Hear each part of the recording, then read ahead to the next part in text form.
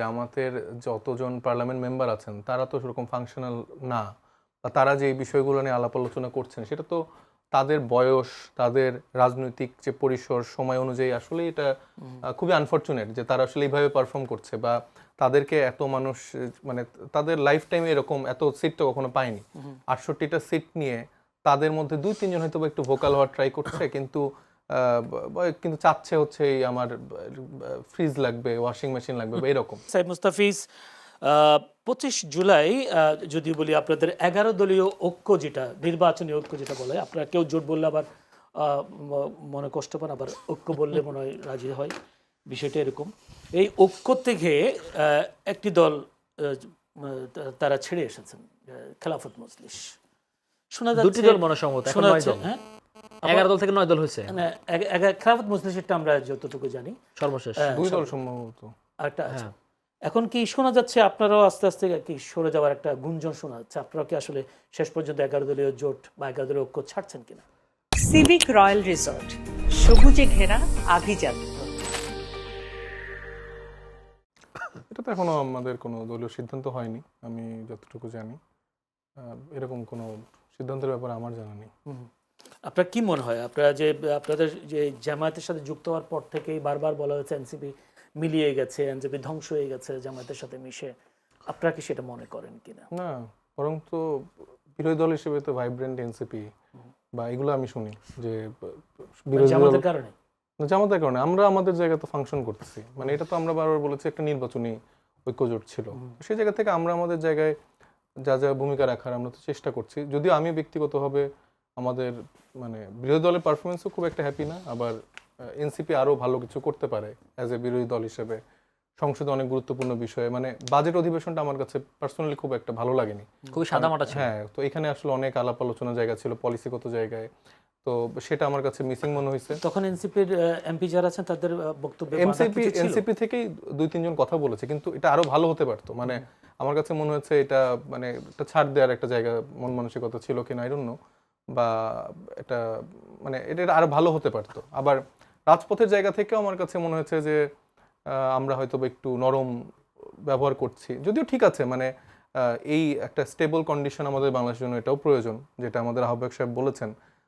কিন্তু যদি আমরা বারবার দেখতে থাকি যে জনগণের স্বার্থ সংশ্লিষ্টতা রক্ষা হচ্ছে না, সেক্ষেত্রে তো তখন আস্তে আস্তে কঠোর হতে হবে। তবে সেই জায়গাটা থেকেও মানে আমি চাই যে মানে বিএনপির সরকারও চেষ্টা যেন করে যে জনগণের স্বার্থ সংশ্লিষ্টতা রক্ষা, যেরকম আপনি গ্যাসের ইস্যুটা আনলেন, আবার নতুন করে সম্ভবত যুদ্ধ পরিস্থিতির ব্যাপারটাকে টেনে আনা হচ্ছে। এবং আপনারা জানেন যে একটা সময় যখন ইরান ইসরায়েলের যুদ্ধের সিচুয়েশনে বাংলাদেশের তেলের দামটা বাড়ানো হলো, তার আগে এমন একটা ক্রাইসিস তৈরি হয়ে গিয়েছিল যেখানে একটা পর্যায়ে মানুষ কিছুটা বলতে বাধ্য চাচ্ছে আপনারা টাকা বাড়ান, তাও যেন আমাদের এই হ্যারাসমেন্টটা না হতে হয়।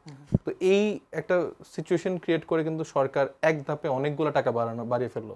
আবার সেক্ষেত্রে যখন আবার সিচুয়েশনগুলো নর্মাল হলো, মানে বাংলাদেশের প্রেক্ষাপটটা কি, আপনার একবার দাম বাড়লে কিন্তু 20 টাকা যখন বাড়াই ফেলেন, আপনার দাম কমান হয়তো বা 1 টাকা বা 2 টাকা বা 5 টাকা। সে বিষয়টা নিয়ে আসবো। আবার আমি দেখতে পাচ্ছি যে ঘন্টার পর ঘন্টা সিএনজি পাচ্ছে না, লাইন দাঁড়াচ্ছে। সেটা আগের কথা বলছেন নাকি এখন?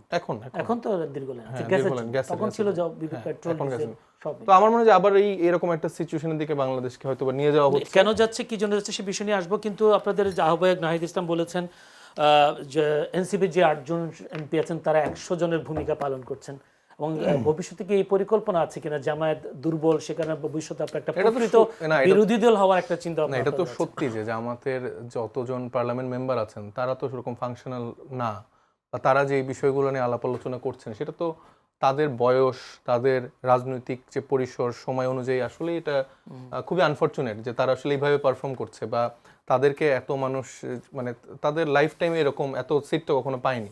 68টা সিট নিয়ে তাদের মধ্যে 2-3 জন হয়তো একটু ভোকাল হওয়ার ট্রাই করছে, কিন্তু চাচ্ছে হচ্ছে এই আমার ফ্রিজ লাগবে, ওয়াশিং মেশিন লাগবে বা এরকম।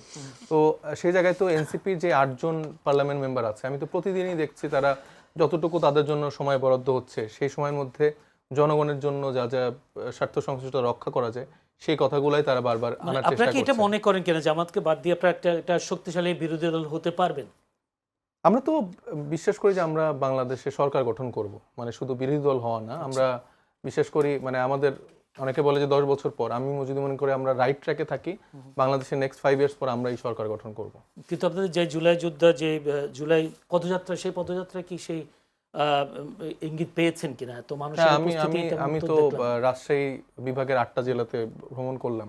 এর আগের বার আমরা যেটা গিয়েছিলাম যে জেলা সদরে আমরা গিয়েছিলাম, তো সেখানে স্বাভাবিকভাবে ক্রাউডটা অনেক বেশি আমরা ছিলাম, এবং আমরা সেখানে কিন্তু আমাদের সকল লিডাররা একটা জায়গায় এট এ টাইম ছিলাম।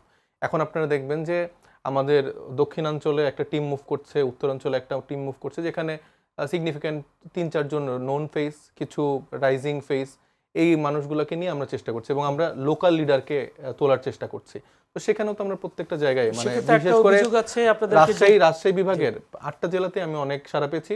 শুধুমাত্র নাটোরে সেখানকার কি বলে আবহাওয়া খারাপ হওয়ার কারণে সেখানে মানে লোক সংখ্যা কম ছিল, সেখানে বেশ লোক সংখ্যা যে কম ছিল। একসময় এনসিপি তে যারা সামনের সারিতে মহিলা নেত্রী বা তার মেয়ে মহিলা নেত্রী যারা ছিলেন, তাদেরকে আপনারা অ্যাভয়েড করছেন, এরকম একটি অভিযোগ আছে। যেমন সামান্তা শারমিন, এদেরকে অ্যাভয়েড করছেন, এরকম একটা অভিযোগ আপনাদের বিরুদ্ধে আছে।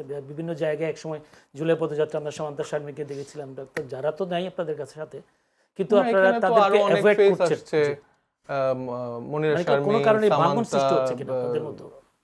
এরকম কিছু নেই। পলিসিগত জায়গায় ধরেন, আমি তো আগে প্রত্যেকটা জায়গায় গিয়েছি, আমি তো 8টা জেলার পর ঢাকা এসেছি। এখন আমার সাংগঠনিক আলাদা কিছু কাজ আছে, আমি আমার সিরাজগঞ্জ কেন্দ্রিক স্থানীয় সরকার নির্বাচন রিলেটেড কাজকর্মগুলো করছি। তো আমাদের সামনে যেহেতু স্থানীয় সরকার নির্বাচনের একটা পরিকল্পনা আছে, সেই জায়গা থেকে তো ধরেন যে সাংগঠনিকভাবে আমরা সবাই এট এ টাইম একটা কাজে ব্যস্ত থাকবো না। আমাদের কোনো সেক্টর ডায়াসপোরা নিয়ে কাজ করছে, ইন্টারন্যাশনাল সেল একটা কাজ করছে, আমাদের দক্ষিণাঞ্চলের একটা গ্রুপ এখানে কাজ করছে। আবার আমরা কালকে দেখলেন যে আক্তার হোসেনের নেতৃত্বে কুষ্টিয়াতে একটা গ্রুপ সেখানে ফাংশন করছে। তো আমরা চেষ্টা করছি যে পুরো দেশব্যাপী এট এ টাইম যেন অনেকগুলো জায়গায় আমরা মানে আমাদের, নতুন নেতৃত্বের সন্ধান চাচ্ছি। হ্যাঁ, আমরা চাচ্ছি যে আরো নতুন নেতৃত্ব জি, চলছে। অসংখ্য ধন্যবাদ। সিভিক রয়্যাল রিসর্ট, কিনুন আভিজাত্য, নিশ্চিত করুন ভবিষ্যৎ।